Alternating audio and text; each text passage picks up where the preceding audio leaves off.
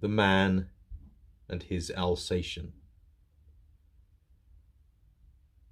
Margaret Shaw wheels herself quite uncomfortably along the rough concrete perimeter road of the airfield. She seems to curse each and every vibration as they travel up her body. She stops for a while to catch her breath and to tuck the blanket which has been covering her lap into the side of the chair. She leans over slightly to inspect one wheel. It's still squeaking from time to time, probably due to the recent dampness in the air, she thinks to herself.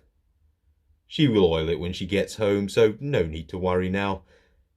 She sets herself back into her chair and closes her eyes, letting the evening sun gently caress her eyelids. The sunlight is welcome to her now, so she decides to wait a while before continuing her purpose. All is quiet around her.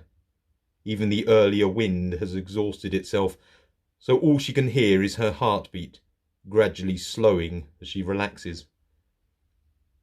It is only at times like this, and certainly only here, that she allows herself to think of him, where there is no one to witness the inevitable tear roll down her cheek.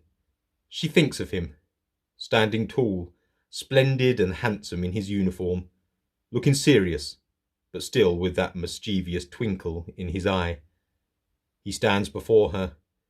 He is talking to her, but she cannot hear the words, so she has to concentrate on his animated lips to decipher his conversation. The tear forms in her left eye, always the left, as she tries to hear the voice she has long forgotten. She clenches her eyes tight, concentrates hard to desperately find his soft, tender voice in the deep recesses of her mind, but it has been long lost to her. She is disturbed from her internal search by a distant but increasing engine noise. Don't open your eyes. Just concentrate, Margaret. You can do this. You have never failed before. Hurricane or Spitfire, you know the difference just by the engine tone, or the purr, as you call it. No, this one is neither. Can't be. No, come on, Margaret. Don't be beaten on this one. Think. Could it be a visit in Blenheim? No. Too smooth. Too fast. Oh, God, no. Please, not a Messerschmitt. She braces herself, as if the thought alone has frightened her. Did my poor brother hear this frightful sound? Her fears are unfounded as the engine sound fades slowly into the distance.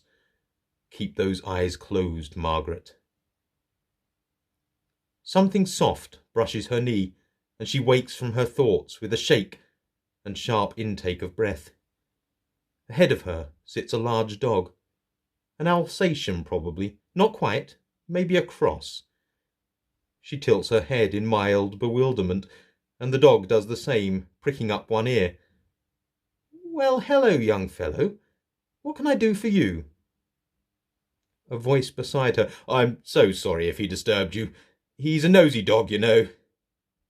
She looks around to a cool, greying man in sou'westerner coat and cap, and a walking cane in his hand. It's quite all right. I think I was just daydreaming again.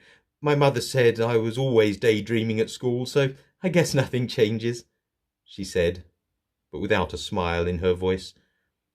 Are you all right, miss? I mean, because of the cold, and it is beginning to get dark. Yes, I'm fine. Please do not worry. She looks to the dog at her knees. He's a very friendly chap, this one of yours. Only to those he knows. Shouldn't he be a bit more stern or aggressive to befit his rank? The man laughs a little. He was once, but not now he's old like his owner. Still doing his duty, though, she explains. Patrolling the perimeter fence. You can't let your guard down for a second in these times. The Alsatian whines softly and raises a paw to her lap. Well, pleased to meet you too, Em, and pray tell me your name. His name's Bomber, the man tells her. Well, that's a jolly appropriate name, Em. A hint of a chuckle rolls through her voice.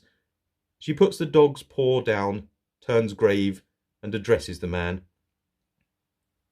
I wonder if you can help me. Can you inquire if there is any news of an airman called Albert Shaw? He is my brother, you know. The last information they gave me was that he was missing in action. Perhaps you can inquire after your shift, if you would be so kind." The man crouches down beside her to look her in the eyes. He strokes his dog on the back of his head and affectionately rubs his ears. "It's me, Margaret.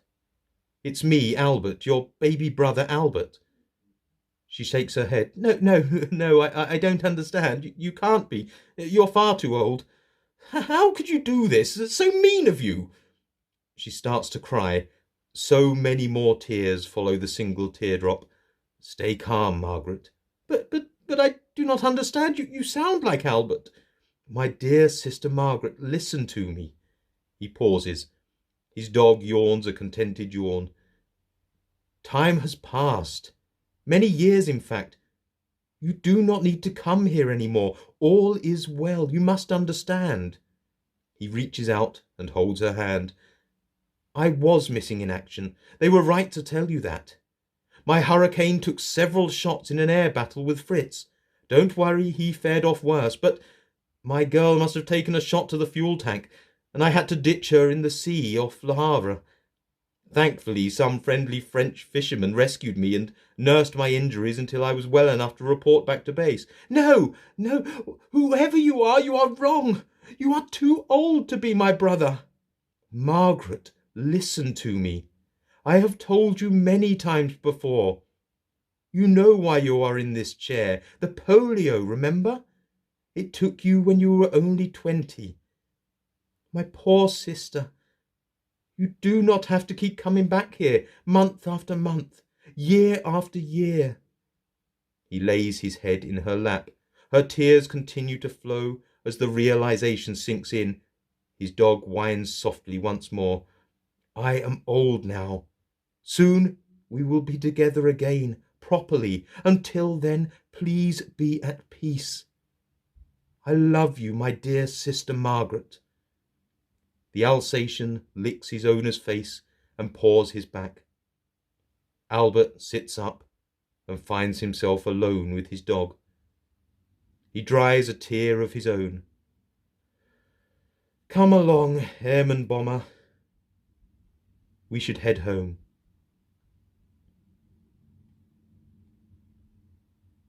That was The Man and His Alsatian.